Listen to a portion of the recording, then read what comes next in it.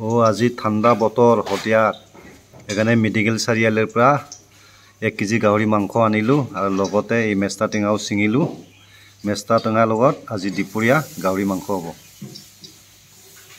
জলকীয়া ভাজি আছো। এই মাংসটো ভাজি আছো মই গাহৰি মাংসটো বৰ্তমান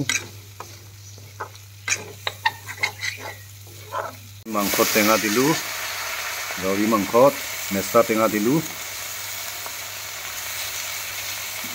এই হিলাই দিছো মেষ্টা টেঙাটো মই মাংস লগত।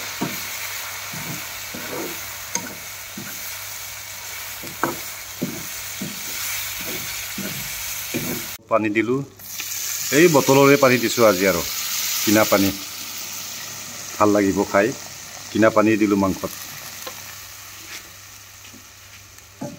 এই হিলাই দি আছো মই মাংসটো।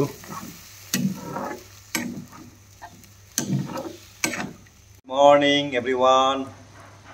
এই দুদিনমান বহুত ঠাণ্ডা পৰি আছে, বৰষুণ অহাৰ কাৰণে, সেইকাৰণে গাহৰি মাংস আনিলো আৰু নিজৰ বাগানৰে এই মেষ্টা টেঙা ছিঙিলো আৰু গাহৰি মাংসৰ লগত মেষ্টা টেঙা বনাইছো আজি।